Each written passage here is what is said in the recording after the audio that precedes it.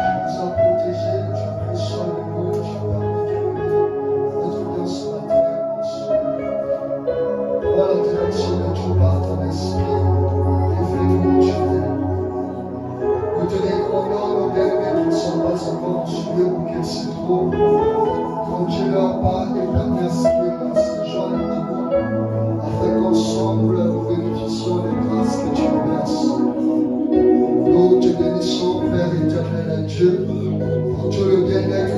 bénissons dans ta glorieuse présence.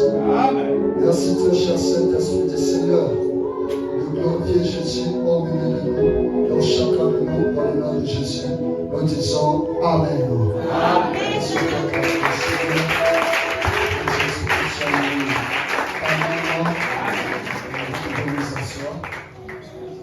Je vous salue tous dans le nom de Jésus.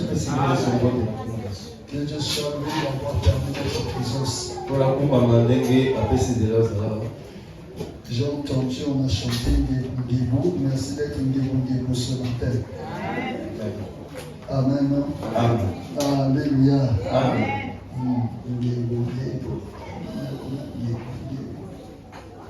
Amen.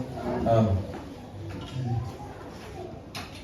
Gloire soit rendue au Seigneur pour ce dimanche. Il a permis à ce que nous soyons sauvés. Pour ceux qui prennent part à notre séminaire matinal, nous l'avons clôturé hier. Et cette semaine, nous marquons une pause. Que ce soit le matin tout comme l'après-midi. Le thème que nous prions aujourd'hui, on va se retrouver le dimanche prochain. Donc on va prier que le dimanche prochain. Parce que du lundi au samedi, on accorde le temps aux ouvriers.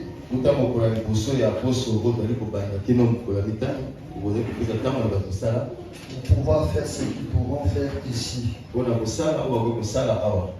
Amen. Amen. Alléluia. Amen. S'il faut tenir les cultes et autres, ça pourra les perturber. Donc pour ne pas qu'il y ait des excuses, on préfère leur accorder cette semaine. Comme ça, le dimanche, nous allons nous retrouver ici. Et le dimanche prochain, nous serons avec le révérend Cédric. Qui viendra nous introduire la pensée de notre programme de jeûne qui va commencer à partir du lundi en 8.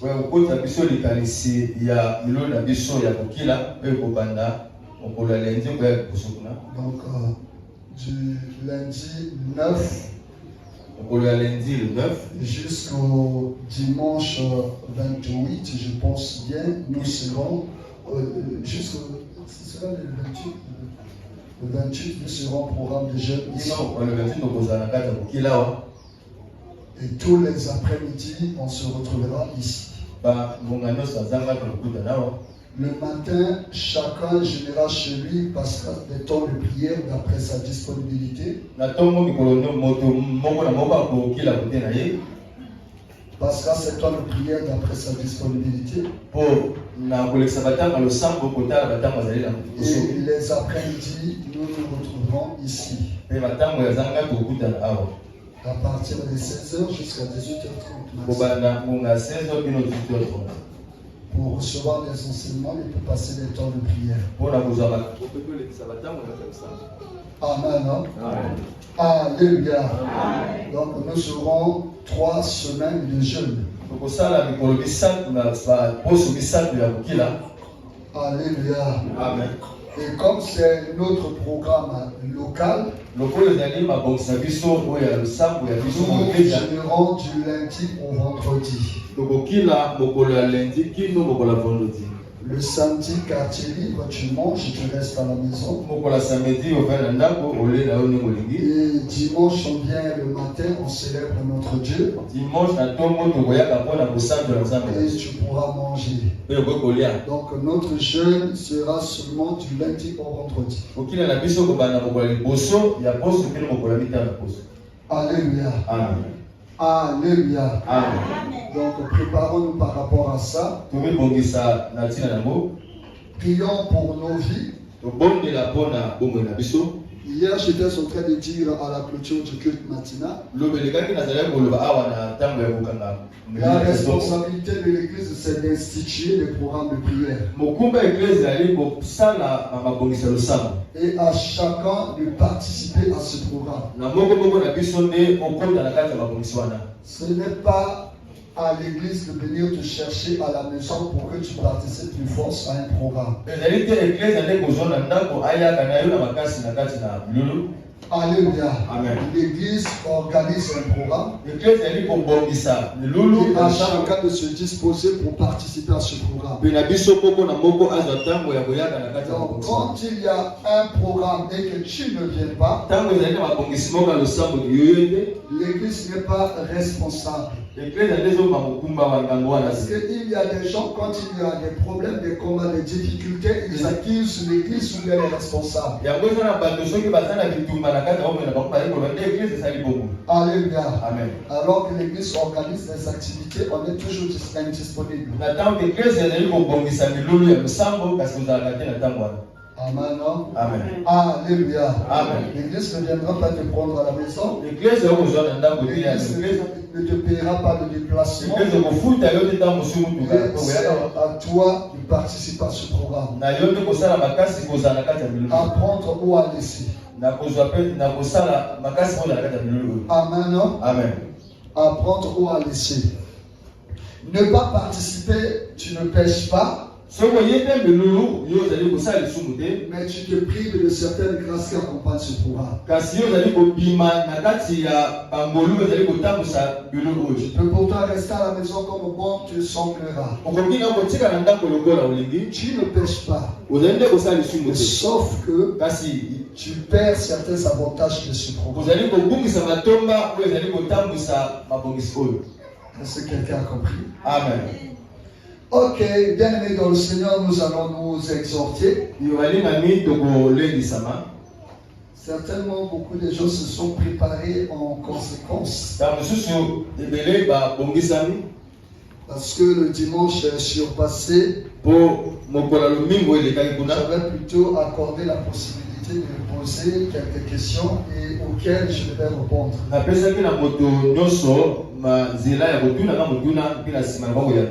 Et compte tenu du temps, on avait juste pris 2 questions et auxquelles on avait répondu. Et certainement aujourd'hui tu t'es préparé pour me bombarder de questions. Et je vous l'avais dit. Si je suis en mesure de répondre à cette question, je réponds. Si je ne peux pas répondre, je te dirai prochainement le temps que je puisse faire aussi certaines recherches et approfondir ma connaissance par rapport à ça.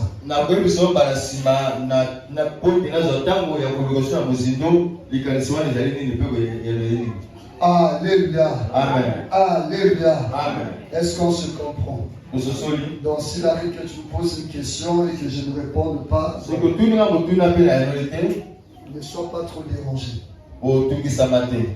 Et on fera des recherches pour répondre à ça.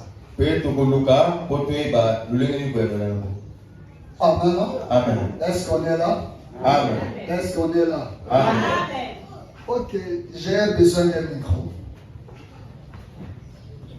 J'ai besoin d'un micro et ça va circuler.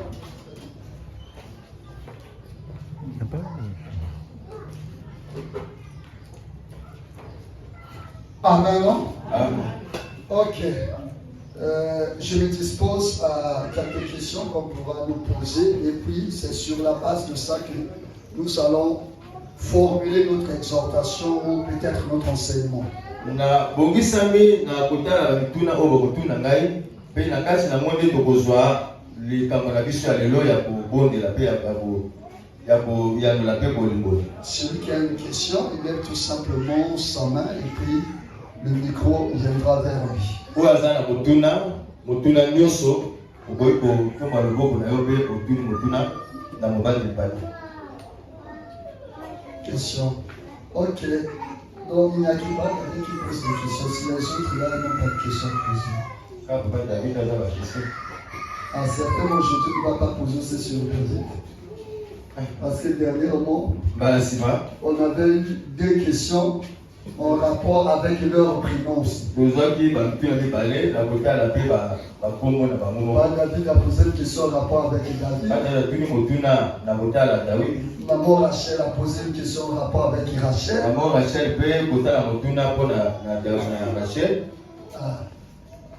Quelqu'un d'autre dira, bon, comme mon nom n'est pas dans la Bible, donc je n'ai pas de questions posées. Ok, nous allons écouter la question et puis ensemble nous allons réfléchir pour trouver une réponse qui nous convient. Alléluia. Amen. Et cela merci pour ne pas quitter ce soir. C'est pourtant dit que nous sommes ici à l'église, nous écoutons la parole.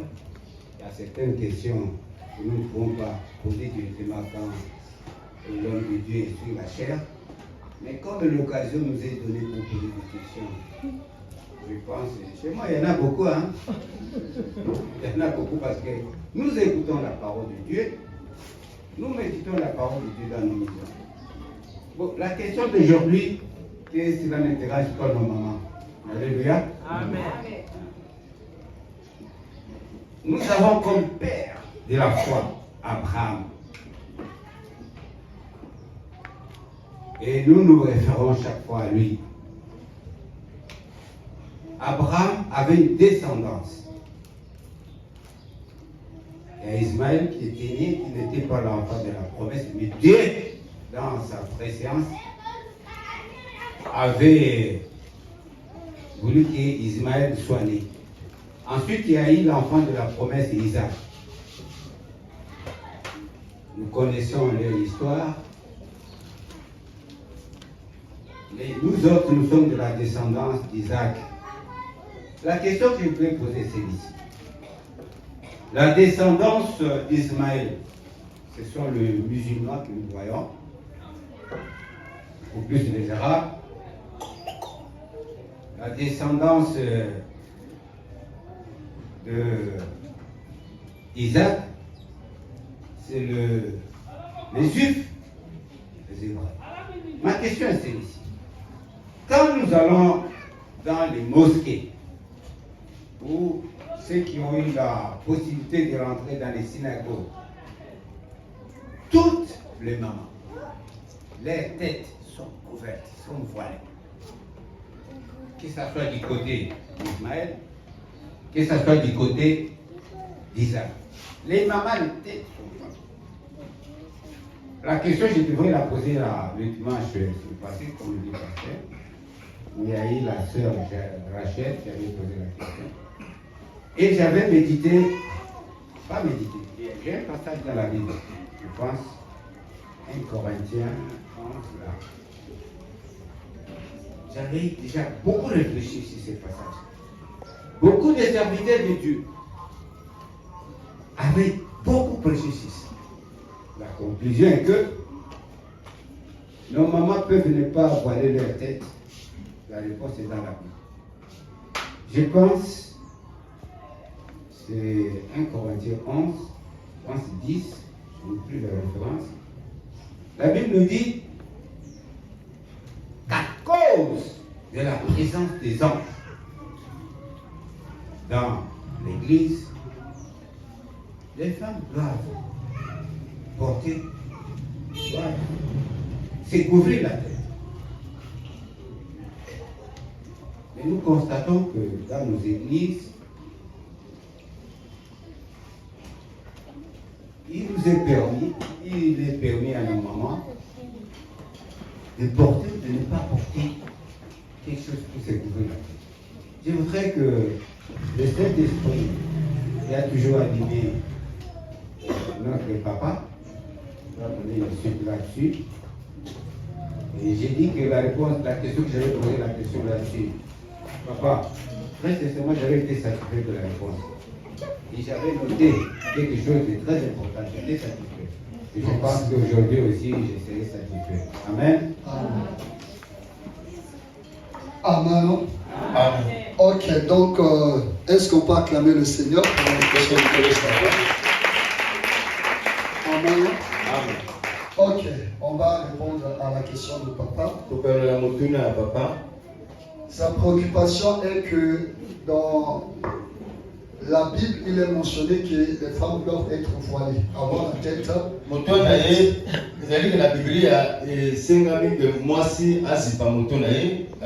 Et quand on se réfère aux deux fils d'Abraham,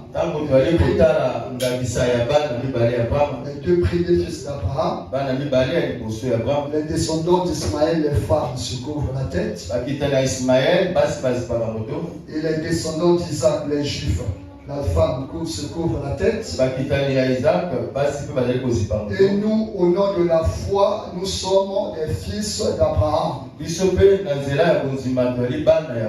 à la lumière de la parole de Dieu, d'après la référence que papa citait, c'est 1 Corinthiens chapitre 11.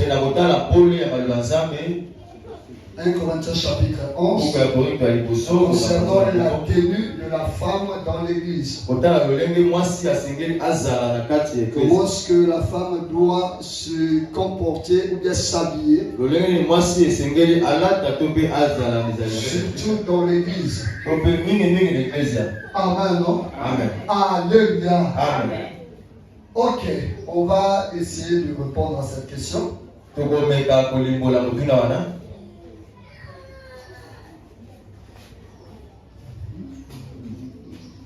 Le dimanche dernier, j'avais ouvert une parenthèse concernant la doctrine et les dogmes.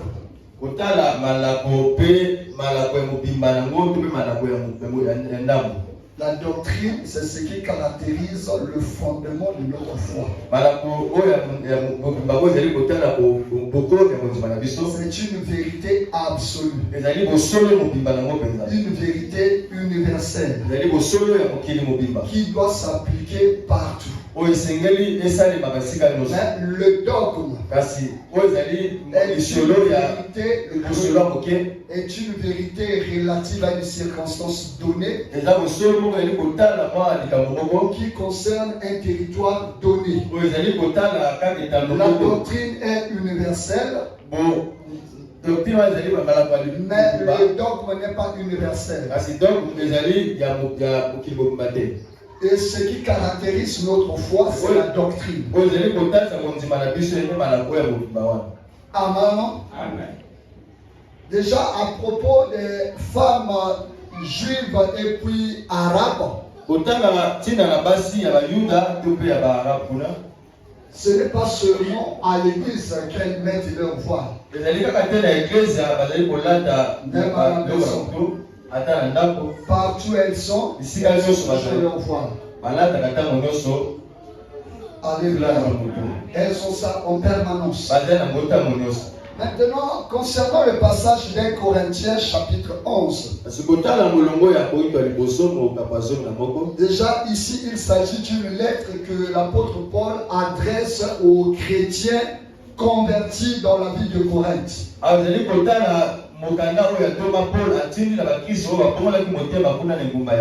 Ils ne sont pas d'origine juive. Ils se sont convertis à la foi chrétienne. Et ils avaient leur réalité à eux.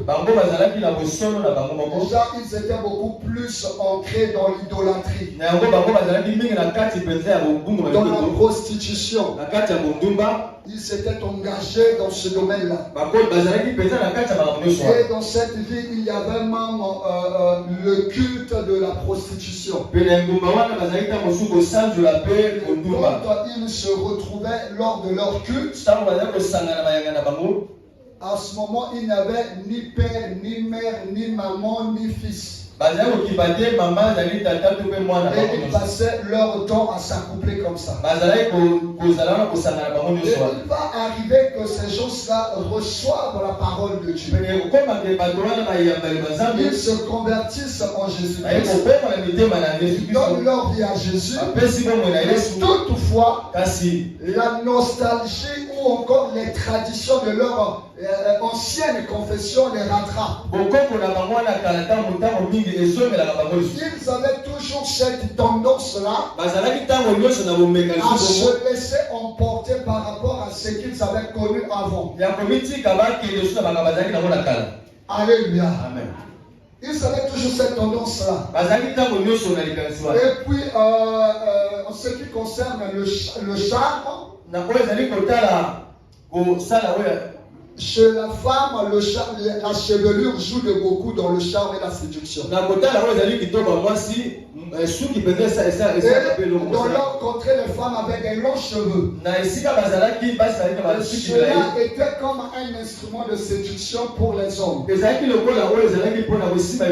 instrument pour attirer la présence des hommes. Un instrument pour séduire les hommes. Quand ils arrivaient au culte, vous me permettrez. Amen, non? Amen. Sous d'autres cieux, une femme peut t'admirer. Mais elle ne te dit pas directement. Elle fera juste des gestes très discrets. Si tu as une intelligence éveillée, tu pourras comprendre que cette femme l'avait vu. Parmi les signes, il y a la caresse de ses cheveux. Alléluia. Amen. Elle ne te dira pas directement. Dans sa manière de caresser ses cheveux, elle peut te transmettre déjà là un message. Oh. Amen. Alléluia. Amen. Donc c'était un instrument pour la séduction. Paul ne voulant pas de cette réalité,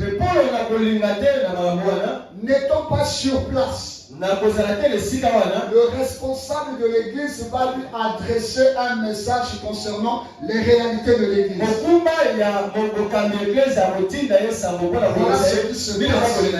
Voilà ce qui se passe. Je peux essayer un peu de remonter toujours dans 1 Corinthiens. Dans le chapitre 2, le chapitre 3, on parle même des hommes charnels. Je veux retrouver une remarque de la part de Paul. 1 Corinthiens chapitre 1 à partir du verset 10 jusqu'au verset 11.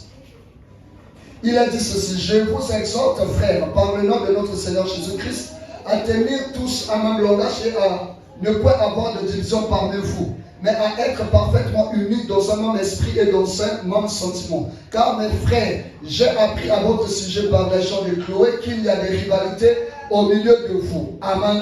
Amen. Ok, je prends encore un autre petit détail.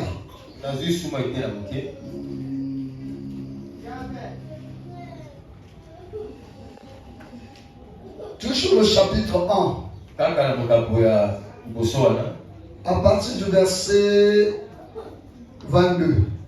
La Bible dit ceci: les Juifs demandent des miracles et les Grecs cherchent la sagesse. Nous prêchons Christ crucifié, scandale pour les Juifs et folie pour les païens. Mais puissance de Dieu et sagesse de Dieu pour eux, pour ceux qui sont appelés tant Juifs que Grecs. Car la folie de Dieu est plus sage que les hommes et la faiblesse de Dieu est plus forte que les hommes. Alléluia. Amen. Donc, pour ne citer que ça, il y avait des réalités anormales par rapport à la foi chrétienne. Lorsque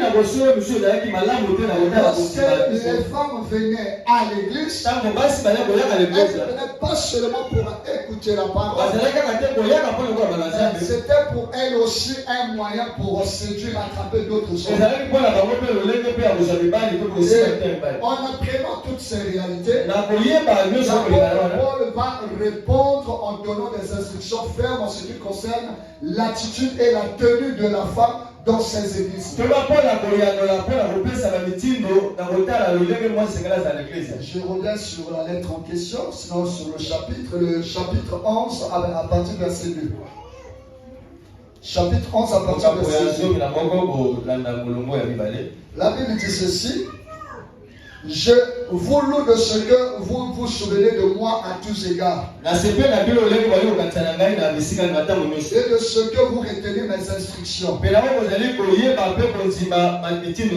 telles que je vous les ai données. Je veux cependant que vous sachiez que Christ est le chef de tout homme, que l'homme est le chef de la femme, et que Dieu est le chef de Christ. Tout homme qui prie ou qui prophétise la tête couverte,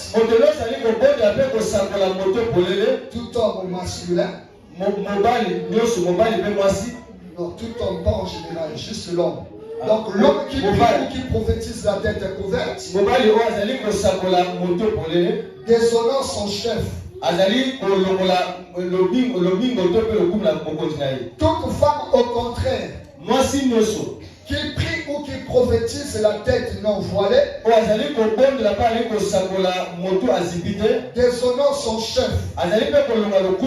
C'est comme si elle était rasée. Car si une femme n'est pas voilée, qu'elle se coupe aussi les cheveux. Or, s'il est honteux pour une femme d'avoir les cheveux coupés, ou d'être rasée, qu'elle se voile. L'homme ne doit pas se couvrir la tête,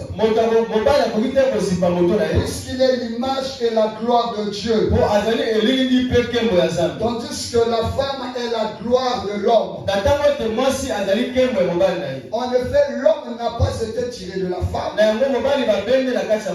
la femme a été tirée de l'homme. Et l'homme n'a pas été créé à cause de la femme, mais la femme a été créée à cause de l'homme.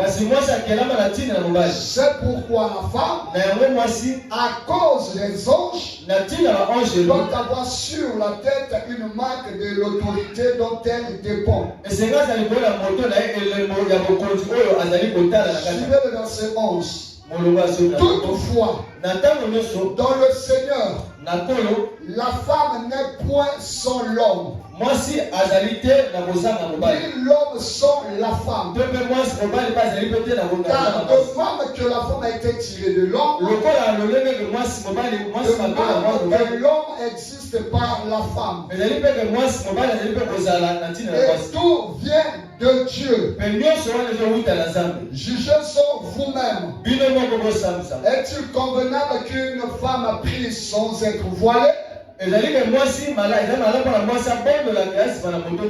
nature elle-même ne vous enseigne-t-elle pas? C'est une honte pour l'homme de porter des longs cheveux. Et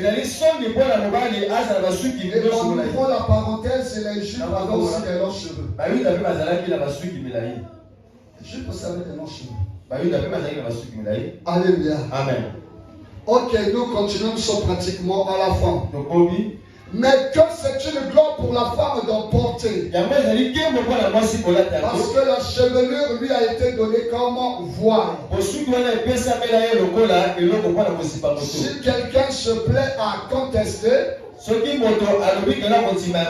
nous n'avons pas cette habitude, pas plus que les églises de Dieu. Alléluia. Amen. Et à ce moment, Paul est en train de remédier à un souci qui s'est passé dans l'église des Corinthiens.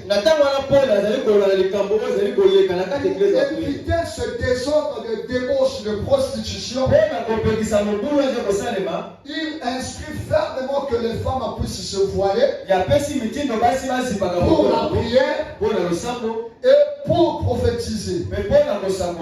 Alléluia. Amen. Mais bien aimé dans le Seigneur, si on doit appliquer les choses comme telles, dans le contexte, les juifs, lorsqu'ils prient, se voilent toujours. Même exemple. À ce moment-là, Paul est en contradiction avec les juifs. Puisque les juifs ont prié, les hommes se couvrent aussi la tête. Et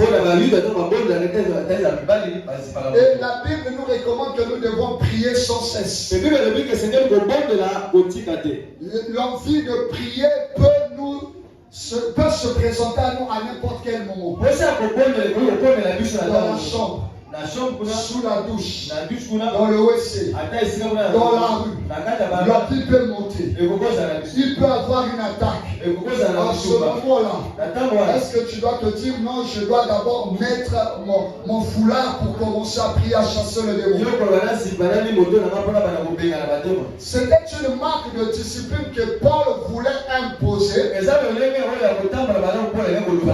recadrer l'attitude des femmes au sein des églises. Parce qu'il y avait un certain débordement. Et l'apôtre Paul est en train de conclure ici, disant, si quelqu'un se plaît à contester, nous n'avons pas cette habitude, pas plus que les églises de Dieu. C'est un avis qu'il a donné, et non un ordre qu'il a donné. Dans toutes les églises, les femmes doivent se voiler. Mais si quelque part, le responsable de l'église pense que les femmes, toutes les femmes doivent se couvrir, il est libre parce que c'est lui qui est le visionnaire. Paul avait répondu à cette église parce que c'était lui le visionnaire, le responsable de cette église. Il n'avait pas donné une instruction concernant toutes les églises. Il avait répondu par rapport à la circonstance qui se passait dans cette église. Et il avait répondu parce que c'était lui le visionnaire de cette église. Donc chaque visionnaire institue certains principes d'après la révélation qu'il a reçue de Dieu, d'après la conviction qu'il a reçue de Dieu. Mais cela ne signifie pas que toutes les églises doivent appliquer ce qu'il a reçu de Dieu. Nos églises actuellement ont tellement de guerre parce que tout le monde se présente le serviteur authentique. Ce qu'il reçoit va prévaloir partout. Ce que Dieu lui dit va être exécuté partout. Alors qu'il arrive à un certain niveau où la révélation est personnelle. Nous sommes dans le champ de Béthanie. Ce que l'évêque reçoit concernant l'annexe ou bien la vision de Béthanie ne va pas prévaloir dans toutes les assemblées de Dieu. Est-ce que quelqu'un comprend? C'était que parfois nous avons un petit souci dans notre annexe. Moi, en tant que pasteur, j'ai du mal à résoudre. Je vois l'évêque. Je lui explique que papa, voilà, nous avons telle réalité. Par rapport à ça, comment est-ce qu'on doit se comporter? Il donne des instructions par rapport aux réalités qui se passent dans notre église. Maintenant, s'il pense que cette instruction peut valoir pour tout le centre de l'évangélisation, il pourra le promulguer. Mais cela ne sera pas valable pour tout le corps du Christ. Il est visionnaire de Béthanie et il est visionnaire de toutes les églises. Donc si on doit accepter cette instruction, il faut que les pères ou bien les visionnaires analysent cette révélation pour accepter, c'est alors qu'ils pourront promulguer dans toutes les églises.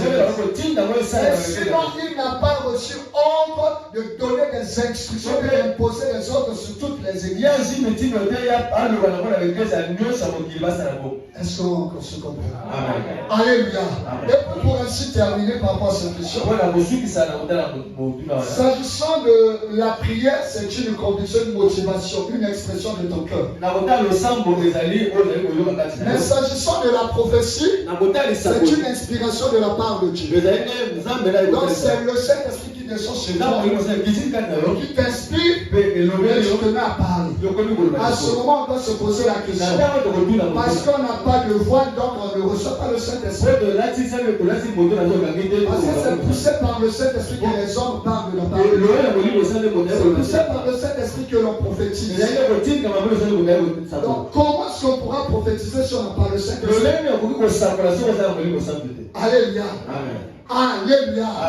Donc si la personne se permet à prophétiser, c'est parce que le Saint-Esprit en elle a mis des mots. Et la personne commence à transmettre le message. Alléluia. Alléluia. Si le Saint-Esprit ne s'empêche pas de descendre sur une femme non voilée, le Saint-Esprit va seulement s'empêcher d'utiliser une femme, d'annoncer des oracles de la part de Dieu. Amen. En fait, pour conclure, Paul avait donné une instruction d'après les réalités de cette église. Paul avait sa responsabilité en qualité du visionnaire de cette église.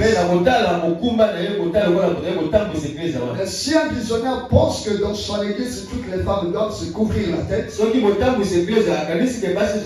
il est libre. Alléluia. Il est libre.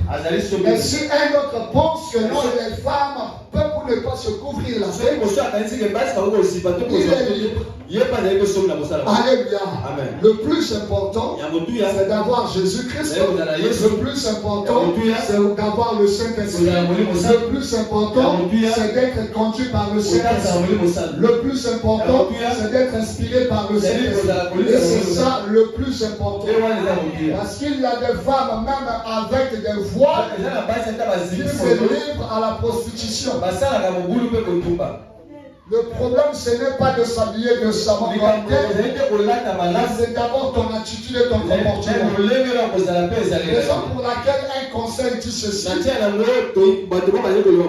te moque pas de la fille qui porte des mini-jupes, alors qu'on peut facilement soulever ta longue jupe. Tu portes des longues jupes, mais tu distribues facilement. Donc ne te moque pas de celle qui porte des mini-jupes, alors que toi, avec tes pagnes et tes longues jupes, tu livres facilement. Bon. Est-ce que papa me suit? Est-ce qu'on peut passer à une autre question? Est-ce que l'église m'a suivi? Donc si tu penses mettre ton voile, là, la voile. Si tu penses mettre la voile, parce que la voile, le voile, parfois. La voile, si tu penses mettre la voile, tu mets ta voile. Si tu penses que non, je ne vais pas mettre ma voile, à Béthanie, ce n'est pas une obligation. Et si tu ne mets pas, tu ne pêches pas. Si tu mets, tu ne pêches pas. Tu es libre. Alléluia. On peut prendre une deuxième question? Ok, le micro. Micro-baladeur.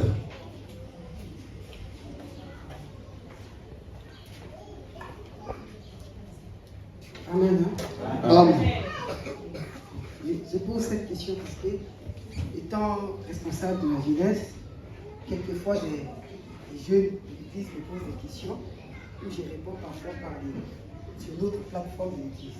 Et un jour, un frère m'a posé une question, je préfère qu'il soit dans l'anonymat. Il m'a posé une question. Et j'avais répondu à cette question et je lui ai dit qu'il vaut mieux qu'on se rencontre, qu'on en discute à tête reposée. J'étais même obligé de préparer tout un enseignement pour essayer de lui éclaircir. Mais après, je me suis dit, si ce frère, qui est quand même un ancien membre de l'église, pose ce genre de questions, je me suis dit, certainement après lui, il y a peut-être beaucoup de gens qui pensent comme lui, qui ont aussi des lacunes dans ce domaine. Et c'est un domaine aujourd'hui qui est parfois source de beaucoup des hérésies, où les gens parfois interprètent mal. Il s'agit du doctrine du parler en langue. Ce frère m'avait demandé, parce que beaucoup à l'église aujourd'hui, quand nous parlons en langue, certains pensent que c'est du charabia, certains pensent que nous sommes en train de balbutier, certains pensent même que ce parler en langue-là n'a pas sa raison d'être à l'église. Et ce frère m'avait demandé, pourquoi vous parlez en langue à l'église? Je lui avais dit, du frère, ça c'est une question qu'on ne doit pas répondre dans la précipitation. Et je lui ai montré l'importance de parler en langue, mais en tout cas il n'était pas convaincu. D'où il fallait tout un enseignement pour lui éclaircir. Voilà pourquoi je repose cette question en pensant qu'à l'église, certainement, il y a aussi des gens qui pensent comme ses frères. Et quand le pasteur va répondre, je suis sûr que ça va aider beaucoup de membres à l'église. C'est-à-dire, pourquoi le parler en langue? C'est-à-dire, quelle est l'importance de parler en langue à l'église? C'est bon? Oui, c'est bon. Est-ce qu'on peut acclamer le Seigneur Jésus? Je pense que ça peut être une famille sur cette question. Ok, je pense. Amen, non? Amen. Ça tombe aussi bien, il aura sa réponse parce que je lui avais dit aussi, je lui avais donné un jour de réception, malheureusement, ça ne m'est jamais passé. Pour pouvoir en parler. Ok, amen, non? Amen. Parce qu'effectivement, ça semble comme un peu de la folie, comme un peu. Déjà, nous devons retenir qu'il y a cette différence entre le parler en langue et puis le parler en d'autres langues.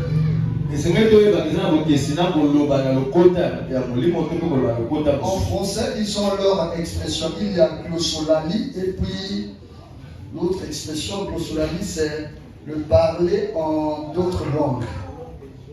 Maintenant, l'autre expression là, j'oublie les expressions un peu plus appropriées par rapport à ça. Un jour, Dieu permettra. Mais ok, le parler en langue et puis le parler en d'autres langues. J'ouvre cette parenthèse concernant le parler en d'autres langues. Après, on va revenir sur notre question.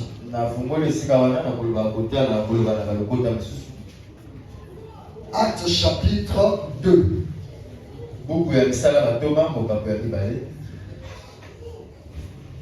Je prends partir du premier verset jusqu'au verset 6. Sinon, vous pourrez descendre jusqu'au verset 13. Mais on va s'arrêter jusqu'au verset 6. Actes chapitre 2, à partir du premier verset. La Bible dit ceci. Le jour de la Pentecôte, ils étaient tous ensemble dans le même lieu. Tout à coup, il vint du ciel un bruit comme celui d'un vent impétueux. Et il remplit toute la maison où ils étaient assis. Des langues semblables à des langues de feu leur apparurent séparées les uns des autres et se posèrent sur chacun d'eux. Le verset 4. Et ils furent tous remplis du Saint-Esprit et se mirent à parler en d'autres langues, selon que l'Esprit leur donnait de s'exprimer. Or, il y avait en séjour à Jérusalem des Juifs, hommes pieux de toutes les nations qui sont sous le ciel. Au bruit qui eut lieu, la multitude accourut et elle fut confondue parce que chacun les entendait parler dans sa propre langue. Ils étaient tous dans l'étonnement et la surprise. Là, je prends le verset 7. Et ils se disaient les uns aux autres: voici ces gens qui parlent, ne sont-ils pas tous galiléens? Et comment les entendons-nous dans notre propre langue, à chacun dans notre langue maternelle? Amen. Et vous pouvez continuer jusqu'au verset 13 tel que j'ai dit. Parler en d'autres langues, c'est tout simplement étant rempli du Saint-Esprit, tu commences à parler dans une langue terrestre que tu n'as jamais apprise. Tu es, disons, congolais, tu n'as jamais appris l'anglais, tu n'as jamais appris le chinois. Sous la conduite du Saint-Esprit, tu commences à parler chinois, tu commences à parler anglais, et tu ne l'as jamais appris quelque part. Alléluia. Tu es peut-être béné sous l'inspiration du Saint-Esprit, tu commences à parler peut-être vili, alors que tu ne l'as jamais appris. Alléluia. Ça, c'est parler en d'autres langues. Donc, Dieu est en train de délivrer un message pour édifier les gens de cette contrée et les gens de ce territoire, pour leur faciliter la compréhension. Maintenant, le parler en langue tout court. 1 Corinthiens chapitre 12. À partir du premier verset. La Bible dit ceci, 1 Corinthiens chapitre 12. La Bible dit ceci. Pour ce qui concerne les dons spirituels, Je ne veux pas, frère, que vous soyez dans l'ignorance. Vous savez que lorsque vous étiez païens, vous vous laissiez entraîner vers les idoles muettes selon que vous étiez conduits. C'est pourquoi je vous déclare que personne, s'il parle par l'Esprit de Dieu, ne dit Jésus est anathème. Et que personne ne peut dire Jésus est le Seigneur si ce n'est par le Saint-Esprit. Verset 4. Il y a diversité de dons, mais le même Esprit. Diversité de ministères, mais le même Seigneur.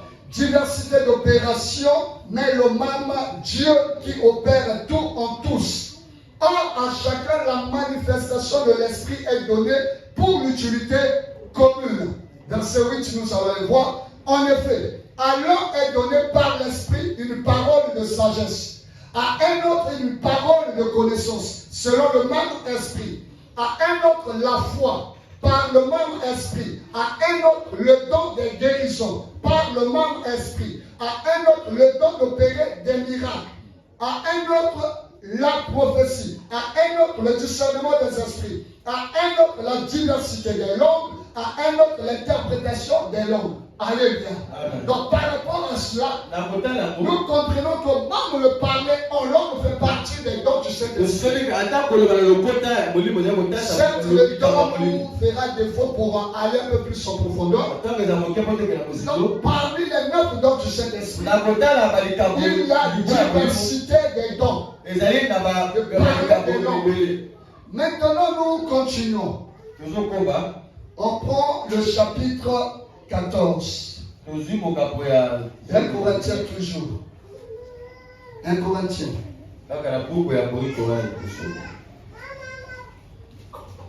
À partir du premier verset, la Bible dit ceci. Recherchez l'amour, aspirez aussi aux dons spirituels, mais surtout à celui de prophétie. En effet, celui qui parle en langue ne parle pas aux hommes, mais à Dieu, car personne ne le comprend, et c'est ton esprit qui dit des mystères. Celui qui prophétise au contraire parle aux hommes, les édifie, les exhorte et les console. Celui qui parle en langue s'édifie lui-même. Celui qui prophétise édifie l'église. Alléluia. Donc, le parler en langue a son sens dans l'église. À la différence que celui qui parle en langue, il ne parle pas aux hommes. Donc, vous n'avez pas besoin de comprendre ce qu'il est en train de dire parce que ce n'est pas à vous qu'il parle. Si cela concerne la prophétie, parce que la prophétie peut se manifester en langue intelligente, tout comme la prophétie peut se manifester en langue. À ce moment, il faut qu'il y ait interprétation pour traduire ce message, interpréter ce message et que le peuple de Dieu comprenne. Mais si cela n'est pas une prophétie, à ce moment, il ne s'adresse pas à vous, il s'adresse à Dieu. Et c'est son esprit qui est en prière. Son intelligence reste stérile, mais son esprit est en prière. Il ne parle pas à vous. Donc cela ne vous concerne pas. C'est vrai que supposons tout simplement nous sommes ici. Alors moi, malheureusement je ne connais pas les patois du côté paternel et maternel. Mais supposons tout simplement je me mets à parler en patois ici. Êtes-vous sûr que c'est à vous que je m'adresse? Je vais m'adresser peut-être à ma maman. Pour que vous ne puissiez pas comprendre ce que je veux dire. Amen, non? Si c'est à vous que je m'adresse, il faut qu'il y ait quelqu'un qui puisse traduire pour vous donner ce message. Alléluia. Et si c'est une prophétie en langue, et qu'il n'y a pas quelqu'un pour interpréter, la Bible dit celui qui donne cette prophétie, soit il doit demander le don d'interpréter, ou encore il doit se taire. Parce qu'il est en train de délivrer un message dans une langue que les gens ne comprennent pas. Donc cela n'a pas son sens. Tant mieux se taire s'il n'y a pas quelqu'un pour interpréter. Mais quand il s'agit de prier en langue, ce n'est pas aux hommes que je parle à mon Dieu. Et cela n'empêche pas que je me mette à parler.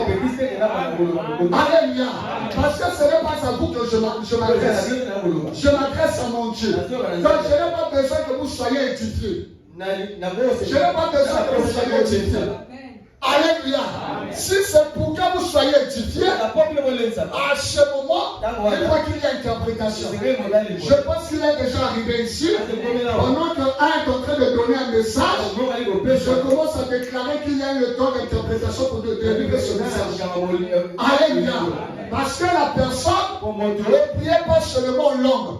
Il était en train de délivrer un message. Un message qui était codé. À ce moment, il faut qu'il y ait l'interprétation. Alléluia. Mais si ce n'est pas un message destiné aux hommes, je peux prier en langue. Et je vais continuer. C'est toujours l'apôtre Paul dans ce chapitre. Je vous conseillerais de lire tout le chapitre 14.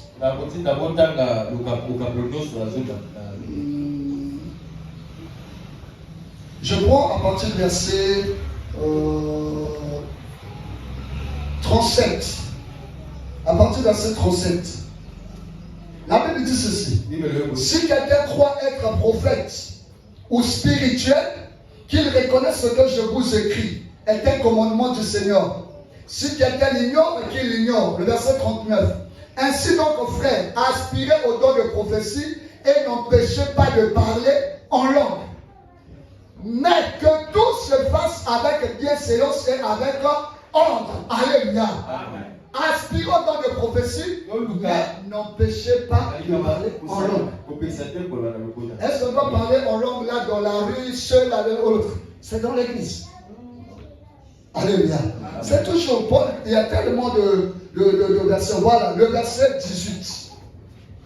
Le verset 18 d'un Corinthiens. Paul dit ceci.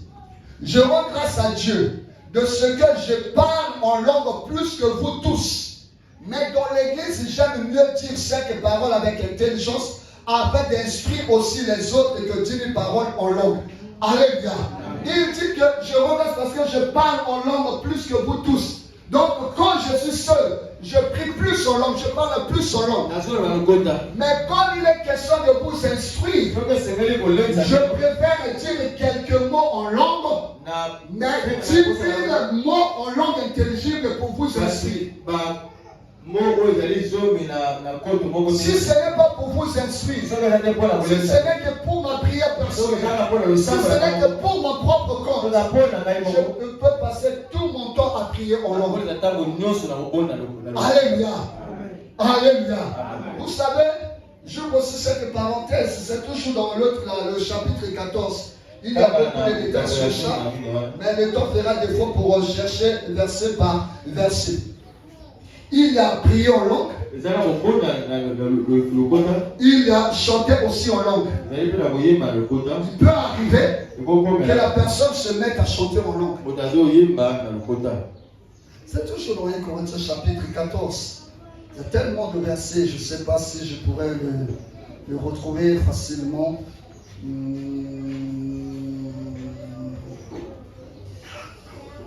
Dieu permettra, la prochaine, peut-être je pourrais vous retrouver cela pour... Alléluia. Donc, il peut arriver de parler en langue. Ce n'est pas un problème. Ce n'est pas un péché. Mais que tout se fasse dans l'ordre. Alléluia. Frère Trésor, c'est bon? Amen, non? Donc, ça fait partie des dons du Saint-Esprit. Et le parler en langue est très efficace dans la prière. Mais retenons que la Bible mentionne que tout le monde ne parlera pas en langue. Donc si je ne parle pas en langue, ne force pas, ne bricole pas, ce n'est pas du tout un péché. Amen, non? Tous. C'est peut-être le temps qui fera, il faut retrouver ça.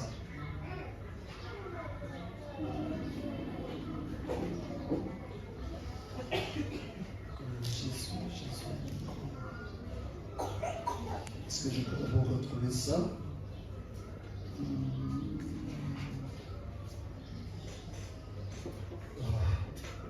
On fera défaut. Amen. Non? Mais je vous ai donné les références. À la maison, prenez la peine de lire. Il n'est pas dit que tout le monde parlera en langue. Donc si tu ne parles pas en langue, peut-être que ce n'est pas encore le moment. 2. Je peux toutefois désirer que Dieu puisse t'utiliser. 3. Peut-être que d'après Dieu, tu n'es pas appelé à parler en langue. Parce que, bien aimé dans le Seigneur, il n'y a pas que le parler en langue qui est le don du Saint-Esprit. Il y a aussi dans de prophétie. Il y a aussi dans de paroles de connaissance. Il y a aussi dans de sagesse. Il y a aussi dans de foi. Il y a aussi dans des guérisons. Il y a aussi dans d'opérer des miracles. Donc il y a plusieurs dons. De la même manière qu'on ne pourra pas détenir tous ces dons. De la même manière aussi, si tu ne parles pas langue, ne te tracasse pas, focalise-toi sur un autre don. Si Dieu veut dans sa souveraineté que tu manifestes tous ces dons, gloire au Seigneur. Amen. Alléluia. Vous allez constater, pour ceux qui cultivent le don, de ceux qui croient au don du parler en langue. Parce qu'il y a des églises qui dénigrent ça. C'est leur conception. C'est leur opinion, leur compréhension des choses. Amen, non? Amen. Maintenant, ceux qui pensent que c'est un don du Saint-Esprit, quand un serviteur de Dieu est en train d'exercer le ministère, de rendre le ministère, souvent il y a des choses qui l'accompagnent. Le parler en langue et la musique. Et la musique. Quand il se met à prier pour les gens ici, c'est le parler en langue et la musique. Le parler en langue, on l'appelle aussi dans la Bible la langue des anges. Amen, non? Prenons un exemple terre à terre. Nous sommes les citoyens célestes.